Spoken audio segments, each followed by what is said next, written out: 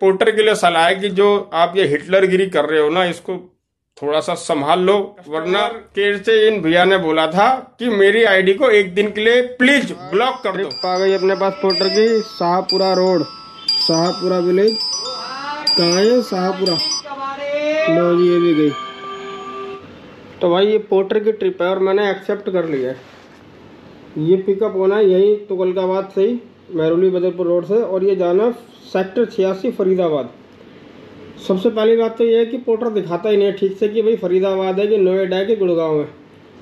अब मैंने कस्टमर से बात की है तो मैंने उनसे पूछा, मैंने कहा ये भाई सामान क्या है? तो कह रहा वो कार्टन है।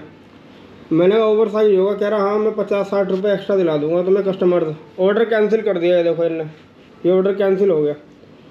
अब इसने मेरा रीजन डाला हुआ पक्का है।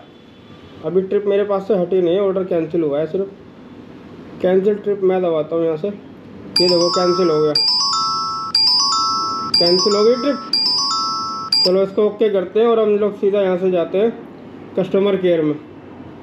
अब देखते हैं, इससे बातचीत शुरू कीजिए। अब यहाँ से हमारा रीजन डाला हुआ। ऑर्डर रद्दीकरण स्थिति क्या है देखें ज़रा।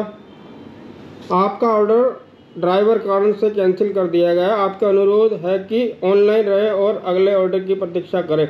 यदि आप असहमत हैं तो कृपया कारण गलत पर क्लिक करें।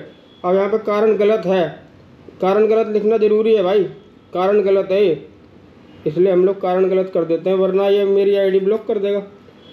नमस्कार, स्वागत है आप सभी का आज की इस नई वीडियो में। फ्रेंड्स, पोर्टर इस वक्त पार्सल डिलीवरी में मुझे लगता है सबसे बेकार कंपनी है। पोर्टर पार्सल डिलीवरी में राइडर के लिए सबसे बेकार कंपनी है। मैं इसलिए कह रहा हूं क्योंकि पोर्टर पर अगर आपके पास कोई भी ट्रिप आएगी तो आप उसको कैंसिल नहीं कर सकते हो। कैंसिल करोगे आपकी आईडी ब्लॉक हो जाएगी। आप कैंसिल करोगे तब तो आईडी ब्लॉक होगी। अगर कस्टमर भी पार्सल कैंसिल करेगा तो भी आईडी आपकी ही ब्लॉक होगी। यानी कि चाहे चक्कू पपीते पे गिरे, चाहे पपीता चक्कू पर गिरे, कटना हमेशा पपीते को ही है और कटता हमेशा राइडर ही है। मेरा जो ऑर्डर आया था ये फरीदाबाद सेक्टर 86 का था। मैंने कस्टमर से बात करके पूछा, मैंने कहा भाई ये पार्सल क्या है? तो वो बोल रहा था कि कार्टन है। मैंने कहा देखो साइज ना 40x40x40 का होता है और 20 kg का वेट होता है। अगर पार्सल ओवर साइज होगा तो मैं लेकर नहीं जाता हूं। वो बोल रहा था कि पार्सल ओवर साइज है पर मैं एक्स्ट्रा पैसे दे दूंगा। मैंने कहा मेरे को एक्स्ट्रा पैसे नहीं चाहिए भैया जी। मैंने कहा आप इस ऑर्डर को कैंसिल कर दीजिए। तो वो बोल रहे थे कि मैं कैंसिल नहीं करूंगा, आप कैंसिल कर दो। मैंने कहा ठीक है मैं कैंसिल कर देता हूं। मैं जैसे कैंसिल करने को हुआ उस बंदे ने कैंसिल कर दिया ऑर्डर। समस्या यह है कि पोर्टर कंपनी ने कस्टमर को 6-7 रीजन दिए हुए हैं ऑर्डर कैंसिल करने के लिए, जिसमें से एक ही ऑप्शन ऐसा है जिसमें राइडर सेफ है। अगर कस्टमर माइंड चेंज का ऑप्शन डालता है, मान लो अगर उसको कोई ऑर्डर कैंसिल करना है और उसने माइंड चेंज का ऑप्शन डाल दिया तो समझ लो राइडर को कुछ नहीं होगा। उसके अलावा 6 ऑप्शन और दिए हुए हैं। वो 6 के 6 ऑप्शन जो है वो राइडर के लिए, राइडर की आईडी के लिए खतरनाक है। जैसे इसने ऑर्डर कैंसिल किया, मैंने चैट सेक्शन में जाकर उन्होंने जो रीजन डाला था, उन्होंने डाला था राइडर ड्राइवर रीजन डाला था। तो मैंने उसको ये गलत है का जो ऑप्शन होता है उसको क्लिक भी कर दिया था। उसके बाद मेरे पास पोर्टर कंपनी का एक मैसेज आता है। अब ये मैसेज को मैं नोटिफिकेशन कहूं या धमकी कहूं मुझे समझ में नहीं आ रहा। ये लिखा हुआ है इन्होंने, प्रिय पार्टनर आपने पिछले महीने की 16 तारीख से 15 तारीख के बीच में 2 ऑर्डर कैंसिल किए हैं। यदि आप एक और ऑर्डर कैंसिल करते हो तो आपकी आईडी को एक दिन के लिए सस्पेंड कर दिया जाएगा। ऑर्डर कैंसिल ना करें और ग्राहक से ऑर्डर कैंसिल करने के लिए भी ना कहें। अब आप बताइए, ना तो राइडर ऑर्डर को कैंसिल कर सकता है ये कंपनी कह रही है, और ना ही कस्टमर से ऑर्डर कैंसिल करने के लिए राइडर कहे। इसका मतलब चाहे कस्टमर आपको जो भी दे वो आपको लेके जाना है, चाहे वो आपको 50 किलो वजन दे दे, चाहे वो आपको टम्पू का सामान दे दे, आपको लेके जाना है। इनका कहने का मतलब ये है।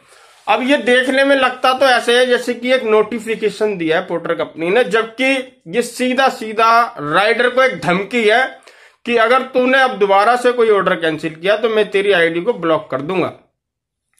पोर्टर कंपनी को ऐसा लगता है कि शायद पार्सल डिलीवरी के अंदर सिर्फ एकमात्र पोर्टर कंपनी है, जबकि ये बात भूल गई है कंपनी कि बहुत सारी कंपनियां हैं जो पार्सल डिलीवरी करती है। और आजकल तो ओला ने भी पार्सल का ऑप्शन ऑन कर दिया है।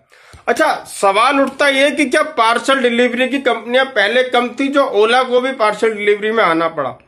जैसे कि रैपिडो के अंदर भी पार्सल डिलीवरी का ऑप्शन होता है, जैसे कि पार्सल डिलीवरी के लिए कंपनियां और भी हैं। रैपिडो ने भी पार्सल अपना ऑन किया हुआ है, उबर के पास भी कनेक्ट है, उसके बावजूद ओला ने भी पार्सल को ऑन किया। पर क्या कस्टमर कभी लीगल तरीके से पार्सल को बुक करता है? वो हमेशा राइड बुक करता है और दे देता है सामान। इसमें क्या है, जब कस्टमर रेट कंपेयर करता है तो पार्सल का जो रेट होता है वो राइड के मुकाबले उसका जो रेट होता है वो कम होता है, और कस्टमर जानबूझ के राइड बुक करके पार्सल दे देता है राइडर को। बहुत बार बहुत से ऐसे राइडर्स हैं जिनको ये पता ही नहीं है कि ये राइड पार्सल की है या ये राइड है, ये सवारी की है। वो जाते हैं पिकअप लोकेशन पे, पिकअप लोकेशन से पार्सल लेके वो चले जाते हैं। मुझे सवारी के ट्रिप में पार्सल डिलीवरी करने से कोई खास दिक्कत नहीं है। सबसे बड़ी समस्या ये है कि पेमेंट होने में काफी टाइम लगता है। पिकअप लोगे आप, फिर वो बोलता है कि वहां से पेमेंट हो जाएगी, फिर आप वहां जाओगे, वहां जाने के लिए आपके पास या तो इस बंदे का मोबाइल नंबर होना चाहिए या उस बंदे का मोबाइल नंबर आपको लेना पड़ता है।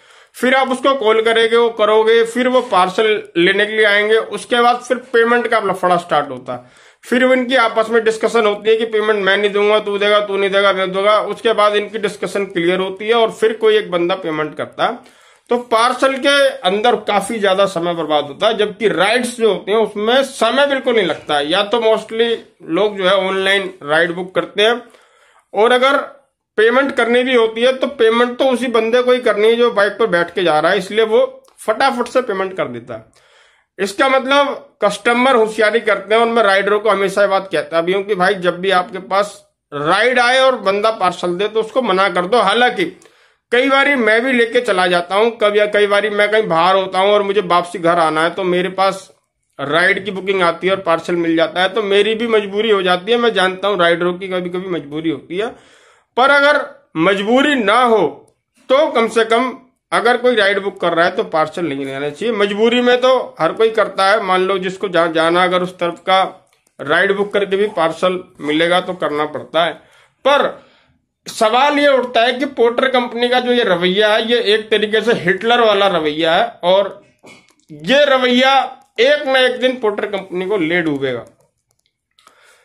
आपको पता है बोर्जो कंपनी एक समय पर बहुत बढ़िया तरीके से काम करती थी, और बोर्जो कंपनी के ऐप पर ऑर्डर भी बहुत बढ़िया बढ़िया आते थे। पर इस टाइम बोर्जो कंपनी पूरी तरीके से बर्बाद हो रखी है। बोर्जो कंपनी के पास इस वक्त काम नहीं है। अगर आप कभी भी ऑन करोगे आपको 29 रुपए 40 रुपए से ऊपर के ऑर्डर दिखेंगे ही नहीं।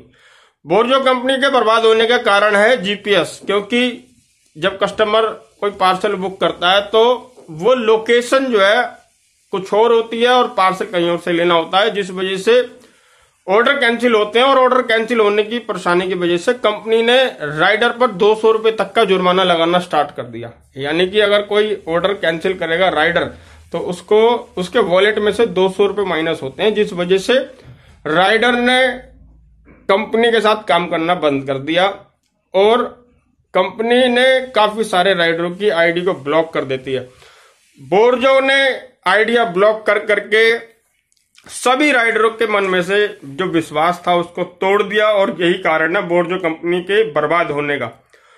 और बिल्कुल उसी रूट पर, उसी रास्ते पर पोर्टर चल रहा है, और हकीकत यह है कि पोर्टर भी बर्बाद होने की कतार पर है। पोर्टर भी 100% बर्बाद होगा, ये तय है, ये भविष्यवाणी है मेरी, क्योंकि मुझे दिख रहा है जिस तरीके की हरकतें ये राइडरों के साथ कर रहा है, इसका बर्बाद होना तय है।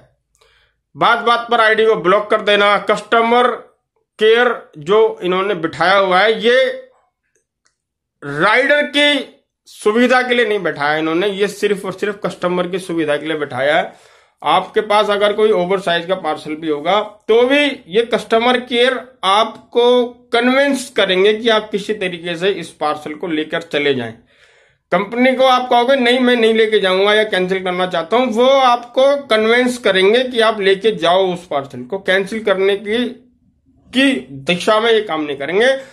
हमने एक ग्रुप बनाया हुआ है, मैं आपको इस ग्रुप का लिंक दे दूंगा नीचे डिस्क्रिप्शन बॉक्स में। यहां पर एक राइडर की एक ऑडियो रिकॉर्डिंग आई थी जो जब वो कस्टमर केयर से बात कर रहे थे, तो भाई कस्टमर केयर से इन भैया ने बोला था कि मेरी आईडी को एक दिन के लिए प्लीज ब्लॉक कर दो। अमूमन होता यह है कि राइडर कस्टमर केयर से बोलता है कि प्लीज मेरी आईडी को ऑन कर दो, पर ये कह रहे हैं कि मेरी आईडी को ब्लॉक कर दो। तो रीजन जानकर आपको ताज्जुब होगा।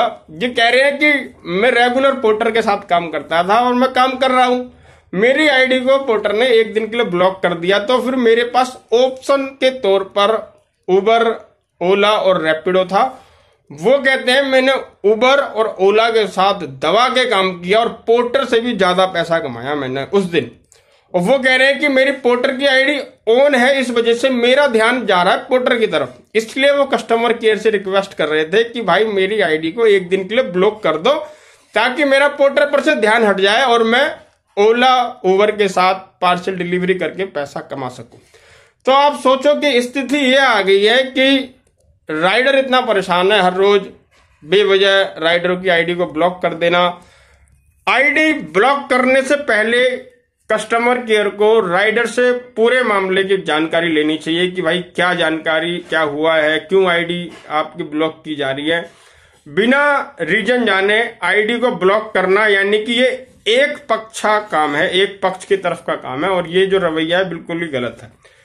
कंपनी 1000 रुपए लेती है आईडी बनाने के, राइडर 1000 रुपए चाहे कहीं से भी लाकर इनको देता है, आईडी बनवाता है, उसको नियम के बारे में नहीं पता है, कई बार वो किसी नियम को ब्रेक कर देता है और फिर कंपनी उसकी आईडी को ब्लॉक करती है। फिर वो आईडी ओपन करवाने के लिए अपने घर से बहुत दूर दूर जाता है, दिल्ली एनसीआर में भाई कम से कम 100-150 किलोमीटर का दायरा है।